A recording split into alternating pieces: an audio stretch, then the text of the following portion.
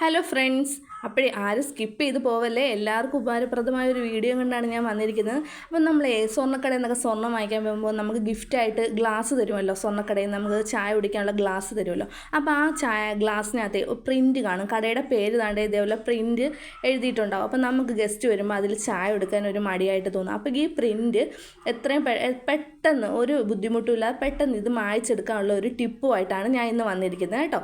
അപ്പോൾ ആരും video skip ചെയ്യാതെ കാണണേ. അപ്പം വിനാഗിരി എല്ലാവരുടെ വീട്ടിലുള്ള സാധനമാണല്ലോ വിനാഗിരി. അപ്പോൾ ഒരു പാത്രം എടുക്കണം, അതിനകത്തോട്ട് അല്പം വിനാഗിരി ഒഴിക്കണം കേട്ടോ. വിനാഗിരി ഒഴിച്ചതിന് ശേഷം ഗ്ലാസ് കണ്ടോ, ആ പ്രിൻ്റ് വരുന്ന ഭാഗം ആ വിനാഗിരിയിൽ മുക്കി വെക്കണം.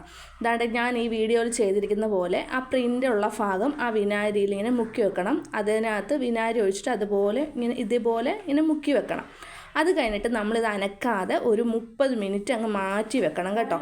നമ്മൾ അനക്കുകയെ ചെയ്യരുത്, 30 മിനിറ്റ് അങ്ങ് മാറ്റി വെക്കണം. 30 മിനിറ്റിന് ശേഷം നമുക്ക് ഗ്ലാസ് എടുത്ത് നോക്കാം. ദാണ്ട് ഇപ്പം തന്നെ ഓൾമോസ്റ്റ് ഒരു 50% ഇതിനകത്ത് നിന്ന് പോയിട്ടുണ്ട് കേട്ടോ. പിന്നീട് നമ്മൾ എന്താ ചെയ്യേണ്ടതെന്ന് വെച്ചാൽ നമ്മൾ പാത്രം കഴിയുന്ന സ്പോഞ്ചില്ലേ, പാത്രം കഴിയുന്ന സ്പോഞ്ചിട്ട് ഒന്ന് കഴുകിയെടുത്താൽ മതി കേട്ടോ. ഒരു സിമ്പിളായിട്ടുള്ള ഒരു ടിപ്പാണ്. പെട്ടെന്ന് തന്നെ പോയി കിട്ടും. നമ്മൾ ഒരുപാട് വിലപ്രയോഗം ഒന്നും വേണ്ട. നമ്മളവിടെ ചെറുതായിട്ടൊന്ന് തുടച്ചപ്പോഴത്തേക്ക് അത്രയും മാഞ്ഞ് കിട്ടി. പിന്നെ ദാണ്ട് ഇത് സ്പോഞ്ചാണ്, സ്ക്രബ്ബറല്ല. ഇത് നമ്മൾ പാത്രം കഴിയുന്ന സ്പോഞ്ചാണ്. ഇതിട്ട് നന്നായിട്ടൊന്ന് കഴുകിയെടുക്കണം. കണ്ടോ, നമ്മുടെ ഗ്ലാസ് പളപളാന്ന് തിളങ്ങുന്ന കണ്ടോ. പിന്നെ ആ പ്രിൻറ്റും എല്ലാം മാഞ്ഞു പോയിട്ടുണ്ട്. അപ്പം യൂസ്ഫുള്ളായിട്ടുള്ള വീഡിയോ ആണെങ്കിൽ എല്ലാവരും ഒന്ന് സബ്സ്ക്രൈബ് ചെയ്യണം, സപ്പോർട്ട് ചെയ്യണം. അപ്പം ആർക്കെങ്കിലും ഉപകാരപ്രദമാണെങ്കിൽ ഷെയർ ചെയ്ത് കൊടുക്കുകയും ചെയ്യണം. അപ്പം താങ്ക് യു. അപ്പോൾ എല്ലാവർക്കും നല്ല ദിവസം ആശംസിക്കുന്നു.